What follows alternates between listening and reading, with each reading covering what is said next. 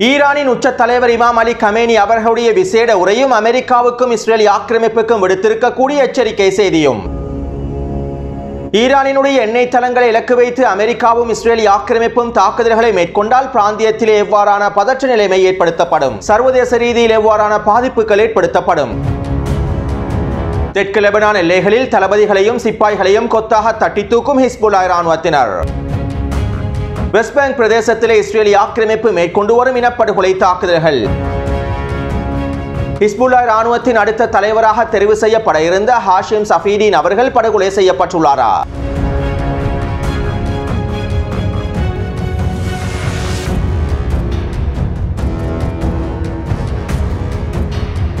இன்று அதிகாலை 3 மணி அளவில் இஸ்ரேல் ஆக்கிரமிப்பு பெய்ரூட்டின் தெற்கு புறநகர் பிரதேசமான தஹியா பிரதேசத்தை இலக்கு வைத்து உக்கிரமான வான்வழி தாக்குதல்களை மேற்கொண்டிருந்தது. தியாகி சையத் ஹசன் நஸ்ருல்லா அவர்களை படுகொலை செய்வதற்காக எவ்வாறு உக்கிரமான பங்கபஸ்டர் வெடிகுண்டுகளை இஸ்ரேல் ஆக்கிரமிப்பு பயன்படுத்தியதோ அதே போன்றே தற்போதும் 80க்கும் அதிகமான பங்கபஸ்டர் வெடிகுண்டுகளை பயன்படுத்தி இந்த வான்வழி தாக்குதல்களை மேற்கொண்டுள்ளது. சையத் ஹசன் நஸ்ருல்லா அவர்கள் படுகொலை செய்யப்பட்ட இடத்திலிருந்து 2 கிலோமீட்டர் தூரத்திலேயே இந்த தாக்குதல்கள் மேற்கொள்ளப்பட்டுள்ளன. குறித்த பிரதேசத்தில் இருக்கக்கூடிய 6 கட்டிடங்களை இலக்கு வைத்து இஸ்ரேல் ஆக்கிரமிப்பு பங்கபஸ்டர் வெடிகுண்டுகளை வீசியுள்ளது. மேலும் இந்த தாக்குதலினால் 6 கட்டிடங்களும் முழுமையாக தரைமட்டமாக்கப்பட்டுள்ளன. குறித்த கட்டிடங்களுக்கு கீழால் சுரங்கவழி பாதைகள் இருக்கின்றது என்று நினைத்த இஸ்ரேல் ஆக்கிரமிப்பு இந்த வான்வழி தாக்குதலை மேற்கொண்டுள்ளது. ஆனால் இந்த வான்வழி தாக்குதலுக்கு பிறகு கிடைக்கப்பெற்ற காணொலிகளை பார்வையிடும் போது குறித்த கட்டிடங்களுக்கு கீழே எந்த விதமான சுரங்கவழி பாதைகளும் இருக்கவில்லை. அத்தோடு இஸ்ரேல் ஆக்கிரமிப்பு ஹிஸ்புல்லா இராணுவத்தின் அடுத்த தலைவராக பதவியேற்பதற்கு இருந்த சையத் ஹாஷிம் சஃபீதீன் அவர்களை இலக்கு வைத்து இந்த தாக்குதலை மேற்கொண்டிருப்பதாகவும் அறிவித்திருந்தது. ஆனால் இந்த தாக்குதலை மேற்கொண்டு அரை மணித்தியாலங்களுக்குள் குறித்த பிரதேசத்திலே ஹாஷிம் சஃபீதீன் அவர்கள் இல்லை என்பதனை இஸ்ரேல் ஆக்கிரமிப்பு தெரிந்து கொண்டது. ஏனென்றால் தரைமட்டமாக்கப்பட்ட 6 கட்டிடங்களுக்கு கீழால் எந்த விதமான சுரங்கவழி பாதைகளும் இருக்கவில்லை. சுரங்கவழி பாதைகள் இருந்ததற்கான எந்த விதமான தடயங்களும் இருக்கவில்லை. இதைத் தொடர்ந்து இஸ்ரேல் ஆக்கிரமிப்பு அவசரமாக குறித்த பிரதேசத்தில் இருக்கக்கூடிய இன்னும் பல கட்டிடங்களை இலக்கு வைத்தும் அதிரடியான பங்கபஸ்டர் வெடிகுண்டு தாக்குதல்களை மேற்கொண்டிருந்தது.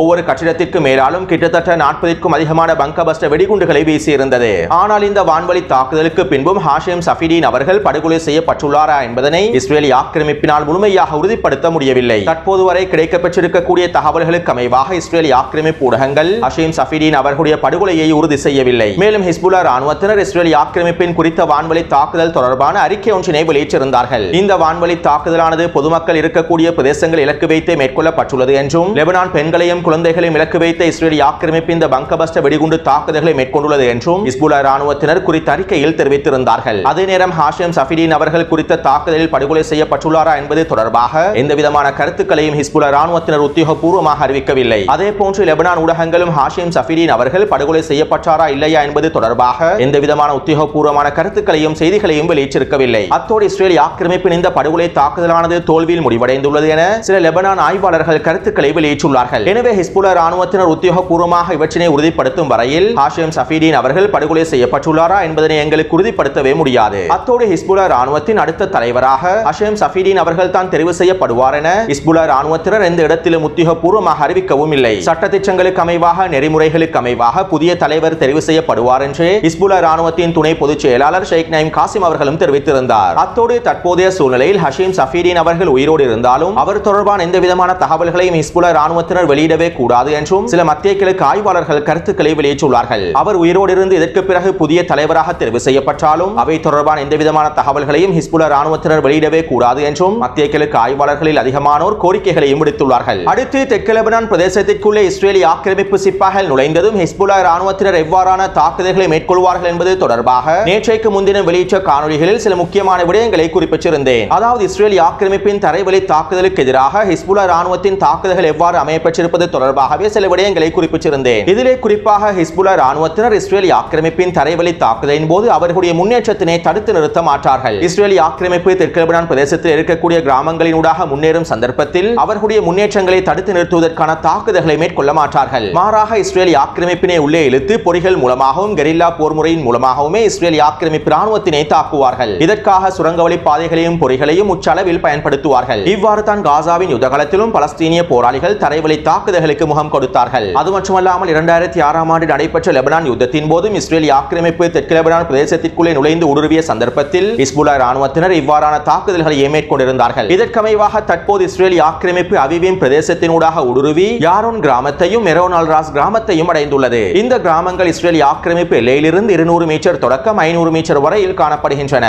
கடந்த 2 நாட்களாக இஸ்ரேலிய ஆக்கிரமிப்பு மேற்கொண்ட முயற்சிகளுக்கு பிறகு தற்போது 200 மீட்டருக்கும் அதிகமான தூரத்தினை இஸ்ரேலிய ஆக்கிரமிப்பு முன்னேறியுள்ளது. மேலும் யரோன் கிராமத்திற்குள்ளே நுழைந்த இஸ்ரேலிய ஆக்கிரமிப்பு வீடுகளையும் சோதனை செய்துள்ளது. அது மட்டுமல்லாமல் குறித்த வீடுகளுக்கு அருகாமையில் காணப்படும் வனப்பிரதேசங்களில் ஹிஸ்புல்லா ராணுவத்தின் ஒரு சில ஆயுதங்களையும் கண்டுபிடித்துள்ளார்கள். இவை தொடர்பான காணொளிகளை நான் டெலிகிராம் சேனலில் பதிவிட்டிருந்தேன். அதேபோன்று இஸ்ரேலிய ஆக்கிரமிப்பு மிஸ்காவாம் பிரதேசத்தினூடாகவும் மெச்சூலா பிரதேசத்தினூடாகவும் ஊடுருவி அடிஷா மற்றும் கஃபரகீலா கிராமங்களை அடைவதற்கு முயற்சி செய்தது. இருப்பினும் குறித்த கிராமங்களை இஸ்ரேலிய ஆக்கிரமிப்பினால் அடைய முடியவில்லை. அது மட்டுமல்லாமல் அடிஷா கிராமத்திலே ஹிஸ்புல்லா ராணுவத்தினர் மேற்கொண்ட தாக்குதலுக்கு பிறகு இஸ்ரேலிய ஆக்கிரமிப்பு படைகள் அவர்களுடைய ஆயுதங்களையும் கைவிட்டு தெரித்து ஓடியுள்ளார்கள். மேலும் இந்த ஆயுதங்களை ஹிஸ்புல்லா ராணுவத்தினர் கைப்பற்றியுள்ளார்கள். இவை தொடர்பான புகைப்படங்களையும் நான் டெலிகிராம் சேனலில் பதிவிட்டுள்ளேன். எனவே ஒட்டுமொத்தமாக எடுத்து நோக்கும்போது இலக்கம் 1 மற்றும் 2 காண்பிக்கப்பட்டிருக்கக்கூடிய பிரதேசங்களினூடாக இஸ்ரேலிய ஆக்கிரமிப்பு பெரிய அளவிலான முன்னேற்றங்களை அடையவில்லை. அதே நேரம் இலக்கம் 3 மற்றும் 4 காண்பிக்கப்பட்டிருக்கக்கூடிய அவிவிம் பிரதேசத்தினூடாகவும் மலிக்கியா பிரதேசத்தினூடாகவும் இஸ்ரேலிய ஆக்கிரமிப்பு ஓரளவு முன்னேற்றத்தினை அடைந்துள்ளது. அதே நேரம் யரோன் மற்றும் மெரோன் அல் ராஸ் கிராமங்களிலே ஹிஸ்புல்லா ராணுவத்தினர் தொடர்ச்சியான தாக்குதல்களை மேற்கொண்டு வருகின்றார்கள். இரு தரப்பினருக்கும் இடையில் நேருக்கு நேரான மோதல்கள் தொடர்ச்சியாக நடைபெற்று வருகின்றன.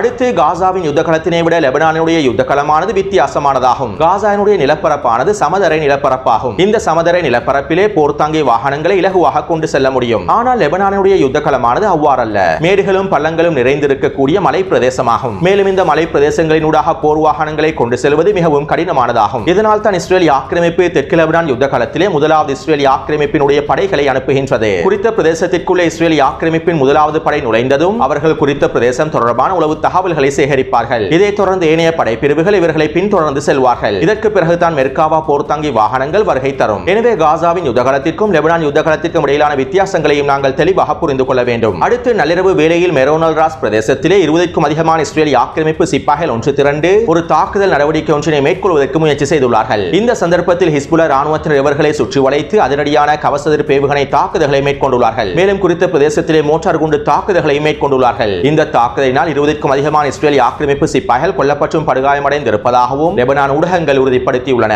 மேலும் இந்த தாக்குதலிலே 4 இஸ்ரேலிய ஆக்கிரமிப்பு சிப்பாய்கள் கொல்லப்பட்டிருப்பதனை இஸ்ரேலிய ஆக்கிரமிப்பு ராணுவமும் ஒப்புக்கொண்டுள்ளது. அது மட்டுமல்லாமல் இஸ்ரேலிய ஆக்கிரமிப்பின் 202வது படைப்பிரிவினுடைய தளபதியும் இந்த தாக்குதலில் கொல்லப்பட்டுள்ளார் என இஸ்ரேலிய ஆக்கிரமிப்பு ராணுவம் ஒப்புக்கொண்டுள்ளது. அடுத்து இன்று அதிகாலையிலேயே ஹிஸ்புல்லா ராணுவத்தினர் கிரியட் ஷமோனா பிரதேசத்தை இலக்கு வைத்து 100க்கும் அதிகமான ஏவுகணை தாக்குதல்களை மேற்கொண்டிருந்தார்கள். குறித்த பிரதேசத்தில் இஸ்ரேலிய ஆக்கிரமிப்பு சிப்பாய்கள் நிலை கொண்டிருப்பதனால் அவர்களை இலக்கு வைத்து இந்த தாக்குதல்களை மேற்கொண்டுள்ளார்கள். இதைத் தொடர்ந்து மலிக்கியா பிரதேசத்திலே நிலைநிறுத்தப்பட்டிருக்கக்கூடிய பின்வரிசை சிப்பாய்கள் இலக்கு வைத்தும் ஒரு மெர்காவா போர்த்தாங்கி வாகனத்தை இலக்கு வைத்தும் கவசதிர் ஏவுகணை தாக்குதலை மேற்கொண்டுள்ளார்கள். இந்த தாக்குதலிலே மெர்காவா போர்த்தாங்கி வாகனம் வெடித்து சிதறியிருப்பதோடு இஸ்ரேலிய ஆக்கிரமிப்பு சிப்பாய்களும் கொத்தாக தட்டி தூக்கப்பட்டுள்ளார்கள். இந்த தாக்குதலை தொடர்ந்து இன்று மதியம் மெரோன் அல் ராஸ் பிரதேசத்திலே ஹிஸ்புல்லா ராணுவத்தினர் உச்சக்கட்ட தாக்குதல்களை மேற்கொண்டுள்ளார்கள். சிஜில் வெடிகுண்டை களமிறக்கி இஸ்ரேலிய ஆக்கிரமிப்பின் 4 படைப்பிரிவுகளை சுற்றி வளைத்து தாக்கியுள்ளார்கள். இந்த தாக்குதலில் மாத்திரம் கிட்டத்தட்ட 15க்கும் அதிகமான இஸ்ரேலிய ஆக்கிரமிப்பு சிப்பாய்கள் அளிக்கப்பட்டிருப்பதாகவும் லெபனான் ஊடகங்கள் குறிப்பிடுகின்றன.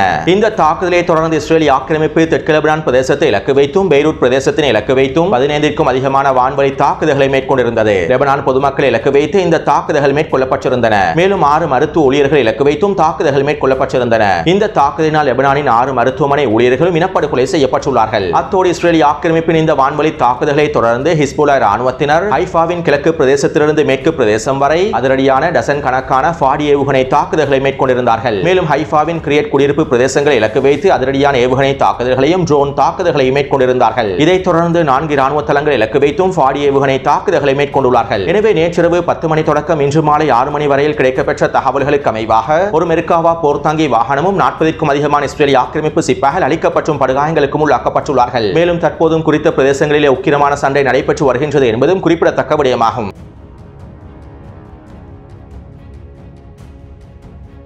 இன்று அதிகாலையிலிருந்து இஸ்ரேலிய ஆக்கிரமிப்பு காசாவின் யுத்த களத்திலே 4 வான்வழி தாக்குதல்களை மேற்கொண்டுள்ளது. இந்த தாக்குதலின் மூலமாக 14 பேர் இனப்படுகொலை செய்யப்பட்டுள்ளார்கள். அத்தோடு அல்கசாம் படையினரும் அல் குதுஸ் படையினரும் ஒன்றிணைந்து காசாவின் எல்லைப்புறத்திற்கு அருகாமையில் இருக்கக்கூடிய குடியேற்ற பகுதிகளை இலக்கு வைத்து அதிரடியான ஏவுகணை தாக்குதல்களை மேற்கொண்டுள்ளார்கள். கிட்டத்தட்ட 5க்கும் அதிகமான ஏவுகணை தாக்குதல்கள் மேற்கொள்ளப்பட்டிருப்பதாகவும் தெரிவிக்கப்படுகின்றது. யுத்தம் ஆரம்பிக்கப்பட்டு 1 வருடம் கடந்துள்ள நிலைமையில் பலஸ்தீனிய போராளிகளின் ஏவுகணை தாக்குதல்களை கூட இஸ்ரேலிய ஆக்கிரமிப்பினால் தடுத்து நிறுத்த முடியவில்லை என்பது குறிப்பிடத்தக்க விடயமாகும். அடுத்து வெஸ்ட் பேங்கினுடைய துல்கராம் பிரதேசத்திலே உச்சக்கட்ட தாக்குதல்கள் மேற்கொள்ளப்பட்டு வருகின்றன. நேற்றிரவிலிருந்து அல்-கஸ்ஸாம் படையினரும் அல்-குதுஸ் படையினரும் துல்கராம் பிரதேசத்திற்குள்ளே ஊடுருவியிருக்கக்கூடிய இஸ்ரேலிய ஆக்கிரமிப்பு சிப்பாய்களை இலக்கு வைத்து 5க்கும் அதிகமான வெடிகுண்டு தாக்குதல்களை மேற்கொண்டுள்ளார்கள். இந்த வெடிகுண்டு தாக்குதலின் மூலமாக 2 புல்டோசர் வண்டிகள் இலக்கு வைக்கப்பட்டுள்ளன. மேலும் குறைந்தது 3 இஸ்ரேலிய ஆக்கிரமிப்பு சிப்பாய்கள் கொல்லப்பட்டும் படுகாயமடைந்திருப்பதாகவும் தெரிவிக்கப்படுகின்றது. இதைத் தொடர்ந்து பலஸ்தீனிய போராளிகளின் தாக்குதலை தடுத்து நிறுத்த முடியாத இஸ்ரேலிய ஆக்கிரமிப்பு ராணுவம் துல்கராம் பிரதேசத்தில் ட்ரோன் தாக்குதல்களை மேற்கொண்டிருந்தது. இந்த ட்ரோன் தாக்குதலின் மூலமாக 18 பேர் இனப்படுகொலை செய்யப்பட்டுள்ளார்கள். மேலும் இந்த 18 பேரில் 6 பலஸ்தீனிய போராளிகள் உள்ளடங்குவதாகவும் அவர்கள் வீரமரணம் அடைந்திருப்பதாகவும் அல்-குதுஸ் ஊடகம் தெரிவித்துள்ளது.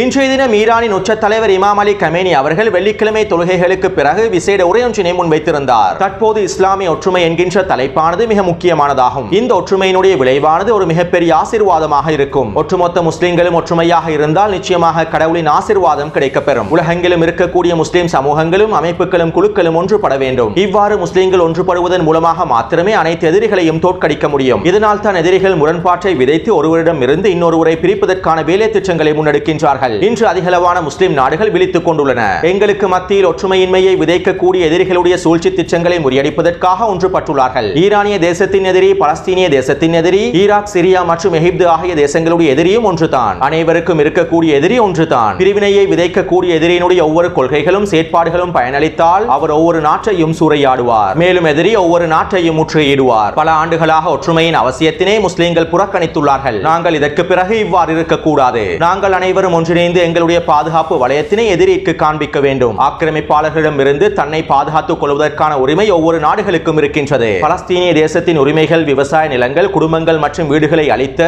எதிரிக்கு எதிராக தன்னை பாதுகாத்துக் கொள்வதற்கான எல்லா விதமான உரிமையும் பலஸ்தீனிய தேசத்திற்கும் பலஸ்தீனிய மக்களுக்கும் இருக்கின்றது. ஆக்கிரமிப்பின் அழிவிலிருந்து தன்னை பாதுகாத்துக் கொள்வதற்கான எல்லா விதமான உரிமையும் பலஸ்தீனிய தேசத்திற்கு இருக்கின்றது. சர்வதேச சட்டமும் கூட இதைத்தான் சொல்கின்றது. முழு பலஸ்தீனிய தேசமும் பலஸ்தீனிய மக்களுக்கே சொந்தமானதாகும். ஒட்டுமொத்த பலஸ்தீனிய நிலப்பரப்பும் பலஸ்தீனிய மக்களுக்கே சொந்தமானதாகும். அக்டோபர் 7ஆம் தேதி மேற்கொள்ளப்பட்ட அல்-அக்ஸா வெள்ளப்போரானது சரியான நடவடிக்கையாகும். பலஸ்தீனியர்களுக்கு இதனை செய்வதற்கு உரிமை இருக்கின்றது. எங்களுடைய இறையாண்மையை மீறியதற்காக ஜியோனிஸ் ஆக்கிரமிப்பு நிறுவனத்திற்கு எதிராக நாங்கள் மேற்கொண்டிருக்கக்கூடிய தாக்குதல்கள் முற்றிலும் நியாயமானதாகும். காசாவிலே ஜியோனிஸ் ஆக்கிரமிப்பு மேற்கொண்டிருக்கக்கூடிய குற்றங்களுடன் ஒப்பிடுகையில் நாங்கள் ஜியோனிஸ் ஆக்கிரமிப்புக்கு எதிராக மிகவும் சிறிய அளவிலான தாக்குதல்களை மேற்கொண்டிருக்கின்றோம். இதற்கு பிறகும் எங்களுடைய கடமைகளை நிறைவேற்றுவதற்கு நாங்கள் தயங்கவோ அவசரப்படவோ போவதில்லை. தேவைப்பட்டால் நாங்கள் எதிர்காலத்திலும் ஜியோனிஸ் ஆக்கிரமிப்புக்கு எதிராக உச்ச தாக்குதல்களையும் இராணுவ நடவடிக்கைகளையும் மேற்கொள்வோம். எதிர்ப்பினுடைய தலைமைகள் படுகொலை செய்யப்படுவது நம்பிக்கையினுடைய இழப்பை குறிக்காது. ஜியோனிஸ் ஆக்கிரமிப்பு எதிரிற்கு மிகப்பெரிய எதிரியாக ஹசன் நஸ்ருல்லா அவர்கள் இருந்தார். நீதிக்கு பின்னால் போராடிய அனைவருக்கும் ஹசன் நஸ்ருல்லா அவர்கள் ஒரு தூணாக இருந்தார். மேலும் ஹசன் நஸ்ருல்லா அவர்கள் படுகொலை செய்யப்பட்டிருப்பது ஒரு பொழுதும் வீண் போகாது. கோழைத்தனமான எதிரி ஹிஸ்புல்லாவுக்கு எதிராக எந்த விதமான வெற்றிகளையும் அடைந்து கொள்ள முடியாததனால் தலைமைகளை படுகொலை செய்து தான் வெற்றி பெற்று விட்டதாக புலம்புகின்றான். உண்மையில் இந்த படுகொலைகளினால் எங்களுடைய கோபமும் உறுதியுமே அதிகரித்துள்ளது. அமெரிக்காவுக்கு இஸ்ரேலிய ஆக்கிரமிப்பு ஒரு கருவி மாத்திரமே. எங்களுடைய இந்த பிராந்தியத்தில் உள்ள அனைத்து வளங்களையும் நிலங்களையும் சூறையாடுவதற்காக அமெரிக்கா இந்த கருவியை பயன்படுத்துகின்றது. ஜியோனிஸ் ஆக்கிரமிப்பாளர்களும் அமெரிக்க ஆக்கிரமிப்பாளர்களும் மாயையில் கனவுகளை காண்கின்றார்கள் என்பதில் எந்த விதமான சந்தேகமும் இல்லை. ஜியோனிஸ் ஆக்கிரமிப்பு தரையிலிருந்து வேரோடு பிடுங்கி வீசி எறியப்படும். உண்மையில் அதற்கு வேர்கள் கூட இல்லை. அந்த வேர்கள் போலியான வேர்களாகும், நிலையற்ற வேர்களாகும். அமெரிக்காவின் ஆதரவினால் மாத்திரமே ஜியோனிஸ் ஆக்கிரமிப்பு இன்னும் இருக்கின்றது.